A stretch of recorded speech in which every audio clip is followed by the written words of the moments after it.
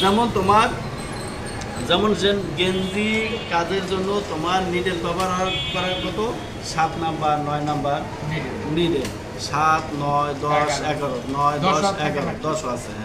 হ্যাঁ, গেঞ্জি কাপড়ের জন্য 10 নিডেল আছে, 7 9 10 11 নিডেল আছে। ওটা ব্যবহার করতে হবে কি জন্য? গেঞ্জির জন্য।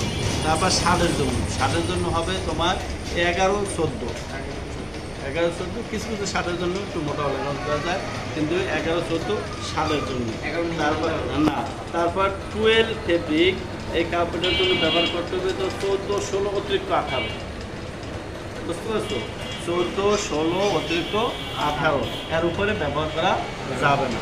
তারপর ডেনিম কোনটা? এটা জিন্স কাপড়। এখন ওই জিন্স কাপড়ের ভিতরে ওটা একটা ভাগ আছে আউন্স, বলে আউন্স বলতে বোঝায় পাতলা মোটা। ওটা তোমার 14 16 18 এইরকম আউন্স আছে। ওই কাপড়ের একটা মাপ আছে, ওই মাপ অনুযায়ী মোটা পাতলা যারা বলে মোটা পাতলা, যে কাপড়টা মোটা হবে ওই কাপড়ের তোমার মোটা নিডেল ব্যবহার করতে হবে। এখন তোমার যে হঠাৎ করে যে দেখো যে তোমার কাপড়ে কাজ মোটা, নিডেল আছে সেরকম, তাহলে নিডেল ভাঙে যাবে, বুঝতে পারছি? তাহলে ওই মোটা কাজের জন্য মোটা নিডেল ব্যবহার করতে হবে। মোটা নিডেল তোমার যখন আছে 18 20 লাগাই দিলাম, সমস্যা নাই।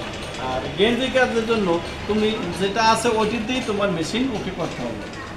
আর প্যান্টের কাজের জন্য যদি তুমি 16 লাগাও, 16 লাগাতে ফস পরে তুমি 18 লাগাই দাও, দেখো আমি সমস্যা নেই, ফস পরে, বুঝতে পারছো? নিডেলের কারণে নিডেলের কারণে মোটা এটা নিডেলের কী কারণে নিডেল ভাঙে, কী কারণে ফস করে, এগুলো সম্পূর্ণ সূত্র তুমি লিখে দেবো, তখন তুমি পাবা। যেমন মোটা কাজের জন্য মোটা নিডেল ব্যবহার করতে হইব, সেকুন নিডেলের জন্য পাতলা কাজের জন্য সেকুন নিডেল ব্যবহার করতে হইব, এগুলা বুঝতে হবে।